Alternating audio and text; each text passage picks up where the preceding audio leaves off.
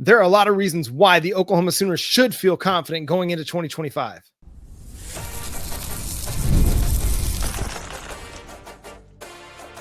You are Locked On Sooners, your daily podcast on the Oklahoma Sooners. Part of the Locked On Podcast Network, your team every day. What's up, Sooner Nation? Welcome to Locked On Sooners, and thank you for making Locked On Sooners your first listen every single day. This is a Sunday bonus edition of Locked On Sooners. SEC Media Day is behind us. Got so much to catch up on. We're going to be back together, Jay and I, for our Monday episode tomorrow. So make sure you're tuned in and subscribe to the show. We're part of the Locked On Podcast Network, your team every single day. Today's episode is brought to you by Monarch Money. Take control of your finances with Monarch Money. Use code LOCKEDONCollege at monarchmoney.com for 50% off your first year at monarchmoney.com. I'm John Williams. You can read my work covering the Sooners over at Sooners Wire, part of the USA Today Sports Network. You can also follow Jay at Unfair Sports. Go subscribe to his channel over there as well. But we just wrapped SEC Media Days, and I really hope that everybody enjoyed all the content that we were able to bring to you throughout the week. It was a fun week for us. I mean, we put in the work.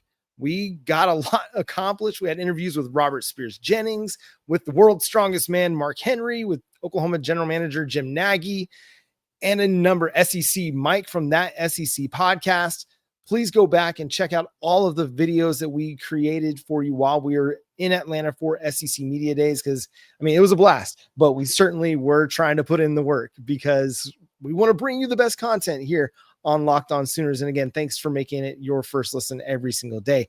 But so much of what we heard going into SEC Media Days was that it was a prove it year for Brent Venables and the Oklahoma Sooners. This was a year that they had to show who they were as a program. And what we saw at SEC Media Days was a confident group, from Brent Venables to John Mateer to Robert Spears-Jennings to R. Mason Thomas. And you felt that confidence kind of emanate throughout SEC Media Days. And all of the people that we talked to, pretty much everybody's kind of high on Oklahoma. What that means for them as a team, will they win 8, 9, 10 games? Preferably the 9 or 10 games and be in contention for a playoff spot? I think that's the question on everybody's mind. I think everybody believes that Oklahoma is capable of it. This coaching staff, these players, they believe that they're capable of having a really good season this year. And there's reasons why they should feel confident in that. The first part of that is the thing that went well for Oklahoma last year, and that was the defense. The defense was really, really good. They had some areas where they had to continue to improve, in particular cornerback, pass coverage, giving up deep balls. Robert Spears-Jennings spoke to some of it in that, hey, we have to be better communicating. We've got to continually communicate what we're seeing, what we're responding to, how we're going to align based on what we're seeing, and then execute. Even as good as they were, one of the leaders on this team understands that there's still room for them to grow and continue to improve. And if they communicate at a level that is necessary and at a level that they're capable of, then there's a chance that they could perform at a really, really high level. And I think everybody's expecting them to. This is a really good defense with a lot of really good players. And as much as, listen, the Danny Stutzman and Billy Bowman losses are calculated into some of this, you also have to kind of come to the realization that Robert Spears-Jennings is in his fourth year. R. Mason Thomas, fourth year. Grayson Halton, fourth year. Kip Lewis, fourth year. Kobe McKenzie, even though he hasn't played a ton of snaps, or at least as many as Kip Lewis has, he's in his fourth year. This is a very veteran group. And then you have an experienced linebacker in Kendall Daniels. You have experience in Dominic Williams. And you have experience in Marvin Jones Jr. You have experience, although off and on, in Gentry Williams, a guy that understands the system. Kendall Dolby is back. He understands what he's responsible to and what is being asked of him. So your defense, even though you lost Danny and you lost Billy and you lost Woody Washington and Dejon Terry and Ethan Downs, you lost some experience. You have a lot of experience coming into it. 8 returning starters on your defensive side of the ball. You add a Marvin Jones Jr. had 5 sacks last year. That's impressive, man. So the defense gives you the starting point for what this team can be, because you know that whatever the offense does, you have a really strong foundation because of the defense that you're going to put on the football field. You're going to have a really elite pass rusher in R. Mason Thomas. Your interior defensive line is as good as it gets in the country with Dominic Williams, Jaden Jackson, David Stone, and Grayson Halton. Remember, Grayson Halton had 5 sacks last year from the defensive tackle position. Hard to do, and especially in a rotational role. What does he do as a guy that maybe gets more snaps this year? He's going to be around that 350, 400 snap count area along with the rest of the defensive tackles.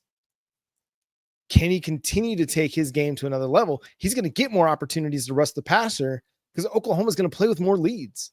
Oklahoma is going to play in more neutral game scripts where the game is not getting away from them and teams can just sit back and run the ball. No, like R. Mason Thomas and Grayson Halton, they're going to get a chance to feast this year. Marvin Jones Jr., same. He's going to get a chance to just rush the passer this year. That Florida State team last year was cheeks. He's still got 5 sacks. Put him on a defensive line like Oklahoma's, where all the focus won't be on him. It'll be on R. Mason Thomas on the other side of the defensive line. It'll be on Grayson Halton. It'll be on David Stone, Jaden Jackson, Dominic Williams. Marvin Jones Jr. gets to kind of have a lot more one-on-one opportunities. And he's going to get more good, like positive game scripts to rush the passer because Oklahoma is going to play with leads more this year than they did last year. The other part of this, the other reason that Oklahoma has a reason to feel confident is the offense is going to be better. It's just going to be. There's no way it's going to be what it was last year. You're healthier. You're deeper along the offensive line. You have an experienced quarterback that is going to be able to respond, I think, a little bit better when things aren't going well or things aren't going Oklahoma's way.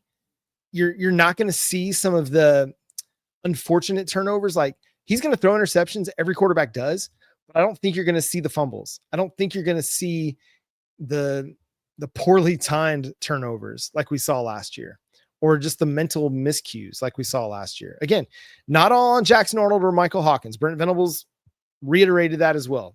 Everything that happened last year, I mean, do the quarterbacks need to be better? Yeah, but whatever went down last year, not all of it's on the quarterbacks.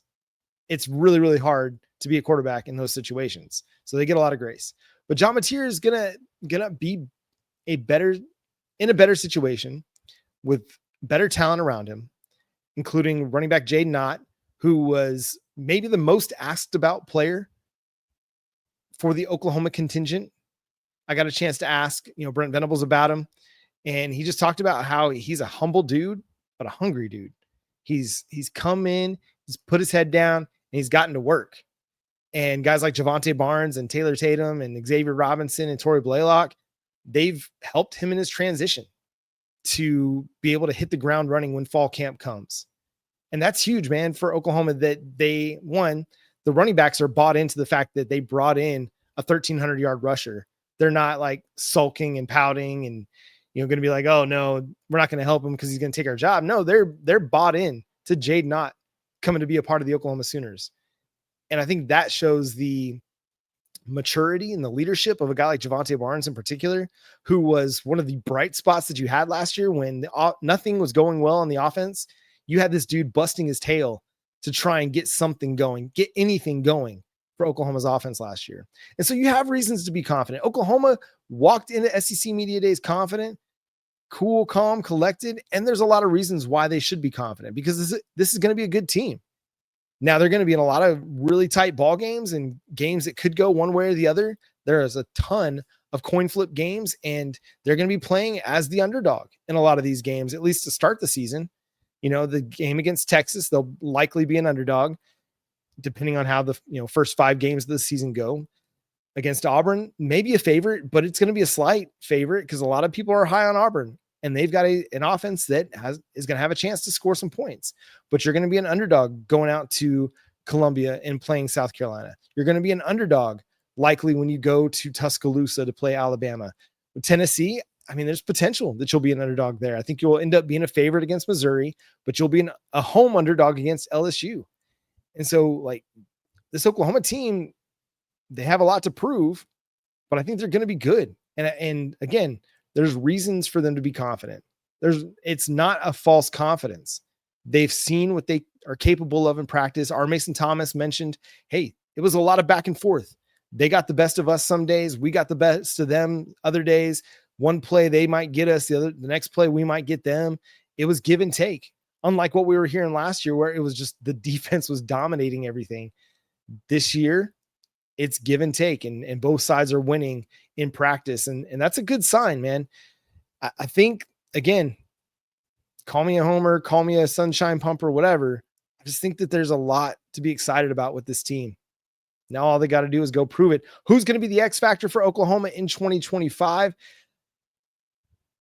You know, there are thoughts out there. ESPN thinks one thing. I'm not so sure. We'll discuss coming up next year on Locked On Sooners.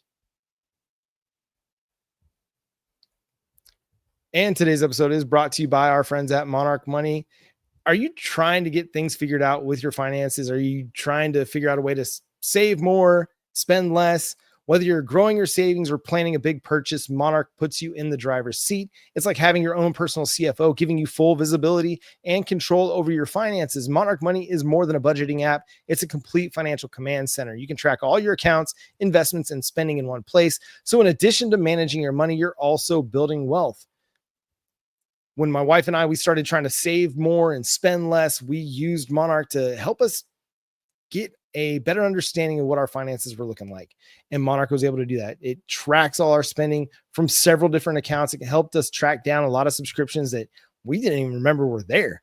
And we were able to cancel and save a little bit of money on that. So take control of your finances with Monarch Money. Use code LOCKEDONCollege at monarchmoney.com for 50% off your first year. That's monarchmoney.com, code LOCKEDONCollege for half off your first year over at monarchmoney.com.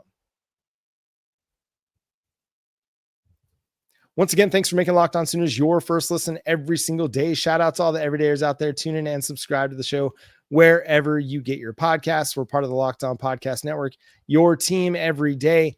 So the Oklahoma Sooners go into 2025 with one of the better quarterbacks in the nation in John Mateer.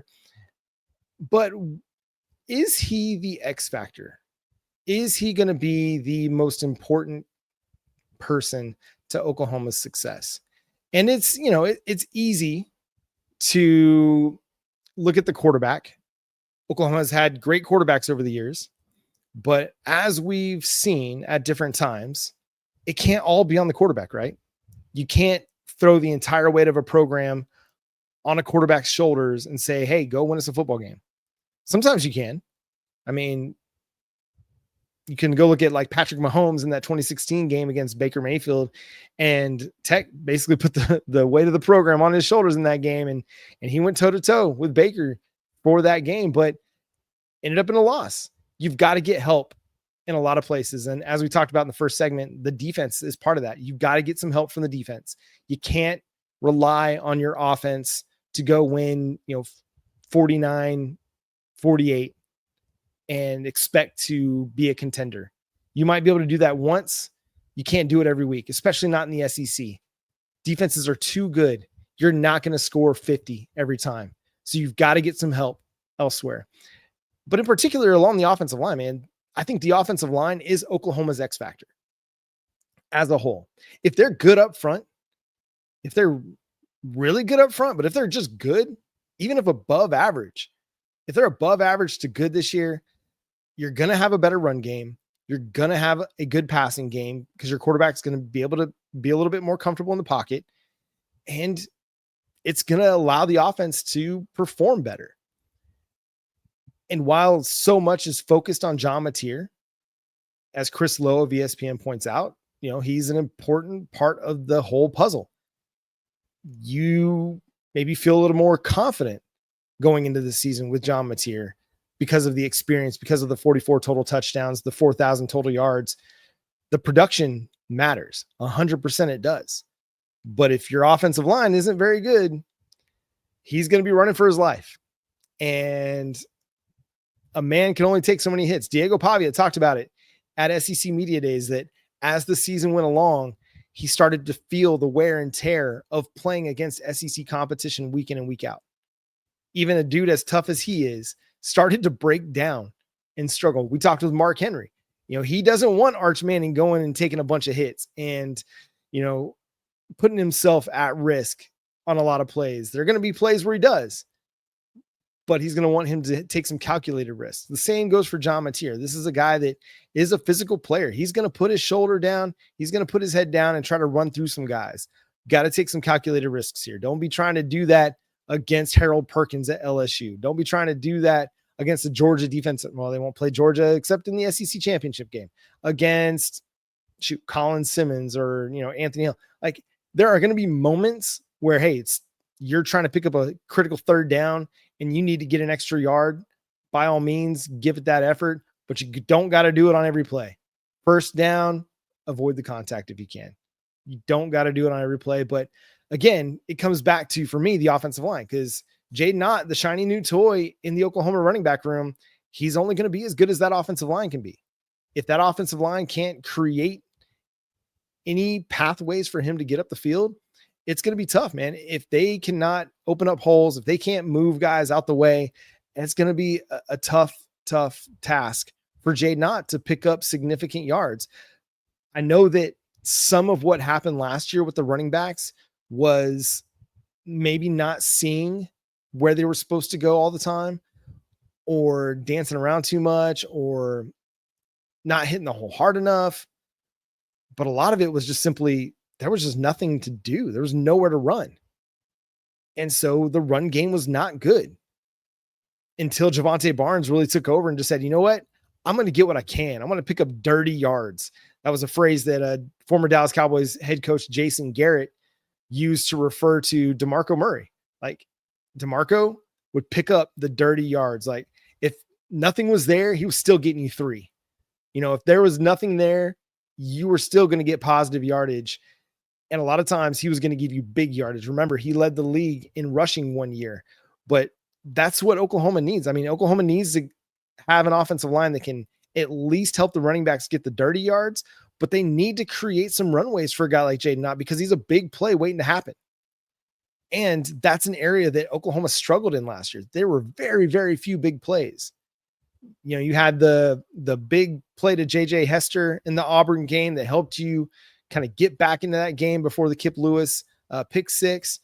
There was the big Michael Hawkins run. There was the big, Michael Hawkins completion to, I said Zion Reagan's JJ Hester. There was the JJ Hester completion in the Auburn game. There was the JJ Hester, big catch and run against Maine, I think it was.